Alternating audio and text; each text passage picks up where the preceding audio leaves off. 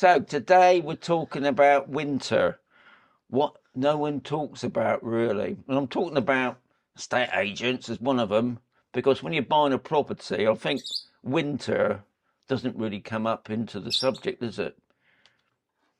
Depends what you mean by winter. Well, when we think about Spain, we think about that. Oh, you think about summer and the sunshine and the heat and yeah. So you're saying that you think that the estate agents don't mention the cold? Well, I think that's what they don't mention is about the cold. And also, these new properties, they don't mention about the cold, other than, we got that airflow heating system thing, but we got big windows to let the light in. But is it that warm? That's the thing. This is the only room that's warm, the terrace, because we've got full sun on it. There's another thing that I always bang on about is you need to come to Spain different times of the year. Obviously, winter's one of them, and obviously the height of the summer is another. But I think in the winter, and another thing as well.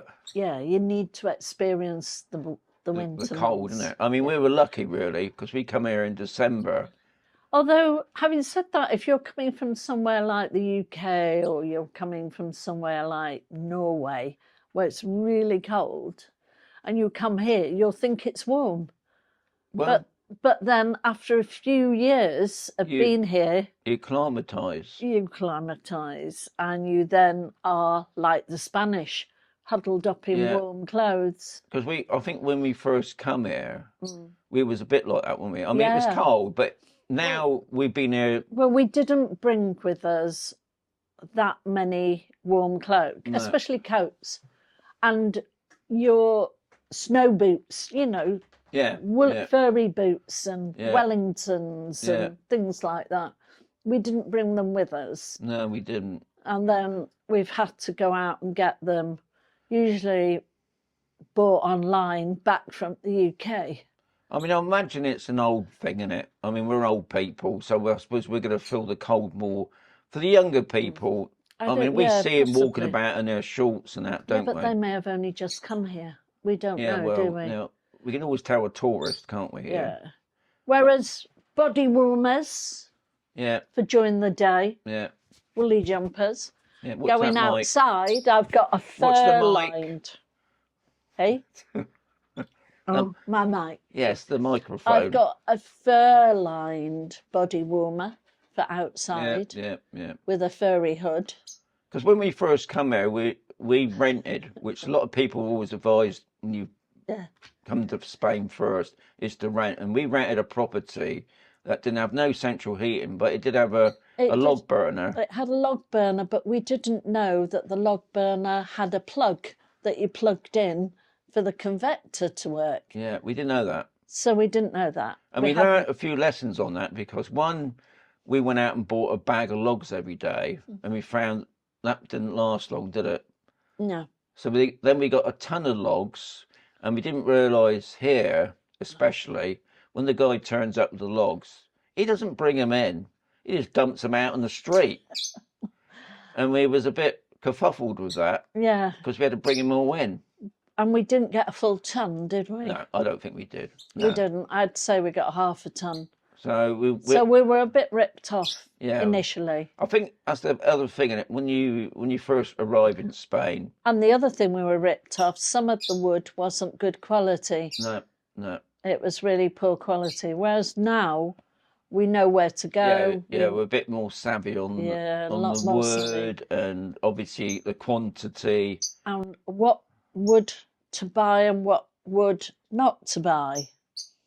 Oh, that sounds a bit Shakespearean, that. Well, not really. Yeah, what to do. Anyway, I must apologise, guys, for you can probably hear some tweety sounds. Right. So anyway, we talked about when we first arrived here in Spain, we rented a property, and to be honest, it wasn't a big property, was it? And it was, even with the log burner on, even though we didn't know about the convector blower thing, we still found it really cold. We did, because there was, the other thing is, doors here have got a big gap underneath them. Yeah. obviously when we were starting to look at property, central heating was on the list, wasn't it? Yeah. And thankfully, the place we're living in now has got central heating. But we will say, even though we got central heating, it's oil central heating. We can't have gas here. I suppose that's something you got to look out for when you're looking at properties. If you've got gas, because obviously gas is going to be a lot cheaper than oil. There are some areas that have got gas. Yeah, but not where we live in. Not here. No. Not on campus. So, if you are looking at property, guys, I still think you need a place that's got central heating. Definitely. Because the next thing we're going to say... Well, they're going to say pellets. You can put a pellet burner in. Yeah, a pellet burner, yeah. Well, you can get a pellet burner and central heating system. So, that's good. Yeah. But what we noticed, even with the central heating, it wasn't enough. Because in the evenings, I mean, during the daytime, we can sit out there if we wanted to and be fine. But in the evening, I mean... Yeah. But our central heating heats the water as well. Oh, yeah. So it gives us hot water. Well, most do now. Yeah. Technology, Yeah. I mean, another thing I was going to mention is I saw a quote the other day about it's lovely outside in the winter, but when you come inside, it's like it's like living in a fridge. Yeah. And that is so true, isn't it? Yeah. It's a fridge. I mean, I know we whinge on about it, but it is cold. I mean, we're not going to say it's nothing like the UK weather or anywhere on the northern hemisphere, but it is cold. And even with the central heating, we still found in our lounge, it was still not enough. And thankfully, a lot of places do have them, open fireplaces. We had a slot that we could put in a wood burner. And the wood burner changed our life, didn't it? It has done, definitely. Last night, night before, it was so hot, we had to open the doors. Yeah. And just to let the heat go into other areas. And to be honest, it's a cheap form of heat. I mean, obviously you got to pay out for the wood burner, but once you pay that out, 150 euros for a ton of logs. We still got plenty. Probably get into about April before we probably won't use the wood burner anymore. So worth looking at, guys. Looking at properties. You find a lot of new properties, the bigger ones. They do come with open fireplaces, so you can fit in a wood burner or a pellet burner. So I think something to think about, isn't it? The next one is when you're looking at property, every property now, Energy Performance Certificate, an EPC. No, they all have to have an EPC. Yeah, well, they have to have one now. Yeah. But you'll find even these brand new properties, I've noticed on the websites, they're not showing it. And it goes from A to G. But what was interesting, while looking on the next, you find that information. It was saying homes labelled E pay €1,000 more a year on the electric bill. I can't believe that. We're E. So anyway, yeah, so that's it. I mean, I think that is a bit over the top. If it's E, we're paying €1,000 more a year. I mean, obviously, we ain't got no insulation there.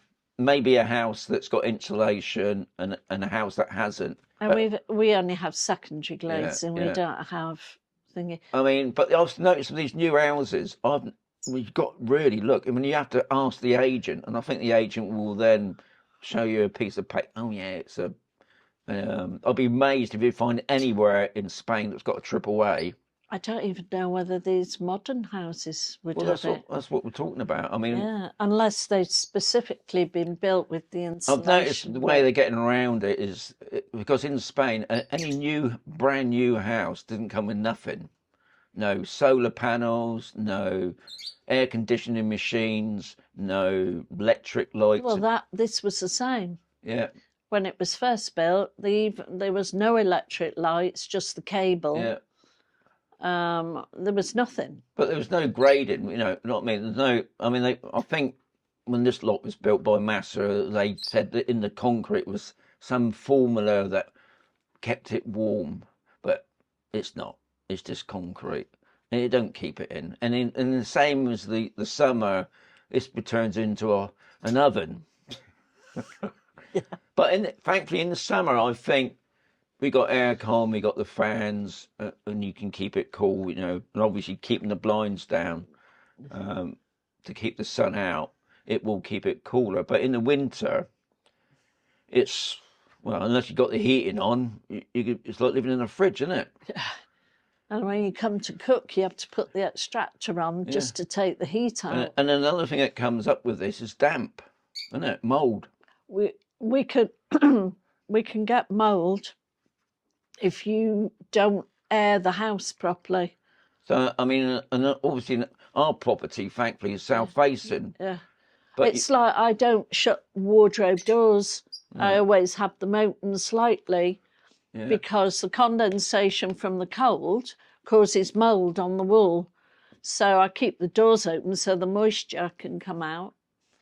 And bedrooms in the morning. But we've just had a spell where the nights were really cold, but the inside of the house was quite warm, and so we get condensation on the window.